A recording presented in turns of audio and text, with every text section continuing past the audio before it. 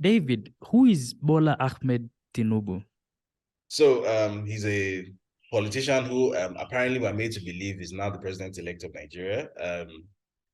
If you draw the line back far enough, his life becomes a complete and utter mystery. Who are his parents? Nobody knows. Where was he born? Nobody knows. What's his date of birth or how old is he now? Nobody knows. At what age did he find his way to Lagos and become the person we know today? Again, nobody really knows. So the traceable part of his story starts from sometime in the mid 1970s, where he arrived in Chicago in the US. He went to Richard J. Daley College, which is a community college in Chicago.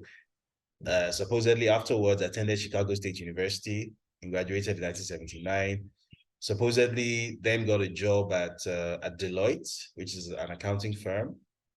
And then afterwards supposedly got a job at Mobil Oil.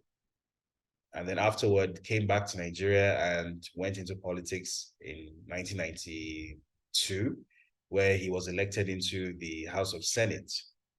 And then just over a year later, the 1993 elections were annulled, and Nigeria went back into a military regime, which lasted for 6 years between 1993 and 1999.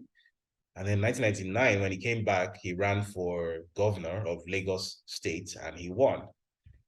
And from the moment when he won to when he finished his second term in office in 2007, he had been building up this sort of arsenal of um, political operatives and sycophants and wealth to basically sort of perpetuate him in power even after he had to leave office. So then he basically handpicked his successor and handpicked every other successor since then. So he's like the de facto godfather of Lagos. That's the official story. Now, the real story is that the person who, and by the way, the reason why we know this to be the real story is that all of these institutions that I've mentioned were subpoenaed to provide records of the person known as Bola Ahmed Tinubu or Bola A.